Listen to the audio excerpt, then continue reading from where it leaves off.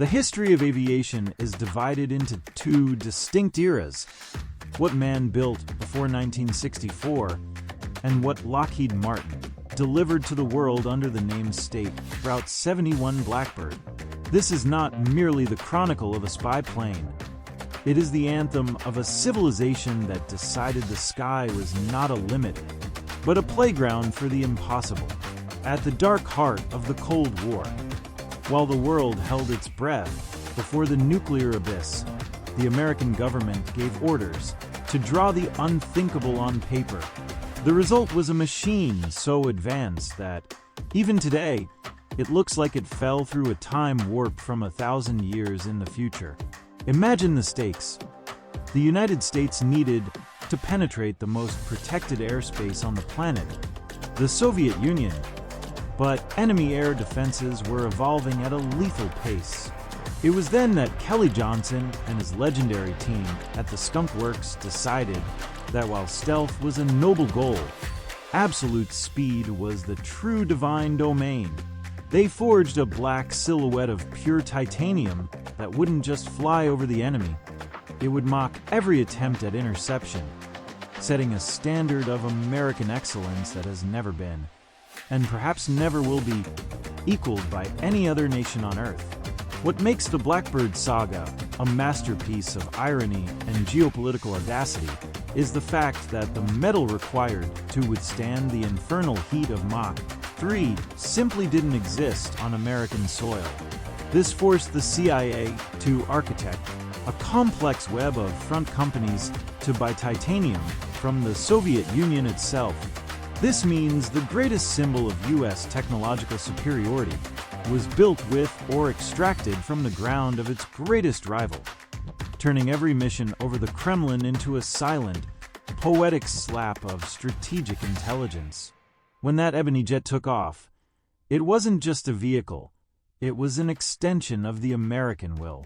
A Titan 80,000 feet high, where the pilot, clad in a full spacesuit, operated in a zone where human biology was never meant to exist, surrounded by a partial vacuum and absolute silence, broken only by the titanic roar of two J-58 engines that swallowed air with the force of a hurricane and converted it into pure kinetic thrust, pushing the aircraft beyond 2,200 miles per hour. At that speed, time dilates, and the curvature of the Earth reveals itself in a deep, majestic blue that only a handful of humans have ever had the honor to behold. But the true heart of the myth lies in the legendary score, 4,000-0. That statistic echoes through the halls of the Pentagon as the ultimate testament to invincibility. During 24 years of operations in the world's most dangerous hotspots, over 4,000 missiles were fired at the State Route 71, and every single one of them failed miserably. The Blackbird's defensive protocol was a display of unprecedented technical arrogance. There were no desperate maneuvers, no complex electronic countermeasures. There was only acceleration. When the cockpit warning screamed that a Soviet missile had been launched, the pilot simply pushed the throttles forward. He felt the punch in his back as the afterburners turned the sky into a trail of fire. In a matter of seconds, the missile, the pinnacle of communist technology, became a meaningless trail of smoke in the rearview mirror, losing energy and falling back to Earth while the Blackbird was already in another country, untouched, sovereign, and absolute in its aerial majesty. The engineering of this monster is a symphony of radical solutions. The aircraft was designed to leak fuel on the runway as if it were wounded, only for its titanium skin to expand under the extreme heat of supersonic flight, sealing the joints in a perfect embrace. It became a hermetic, indestructible structure, glowing with a dull red heat at the edge of the atmosphere. Every bolt, every panel, and every drop of JP-7 fuel was a challenge to the laws of thermodynamics. The pilots who tamed these beasts weren't just aviators. They were the elite knights of a golden age, men who carried the weight of global intelligence on their shoulders while crossing continents in minutes, knowing they were the only humans on the planet who could look down and see the world as a chessboard where they were the only piece that could never be captured.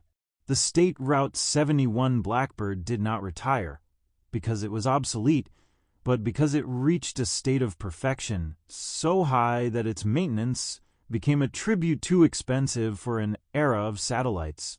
But its soul lives on in every modern aerospace innovation, and in the pride of a nation that proved, with courage and intellect, it is possible to build a legend that never tastes defeat. It remains the ultimate symbol of American audacity, a titanium sentinel that never allowed a single enemy to touch its black skin.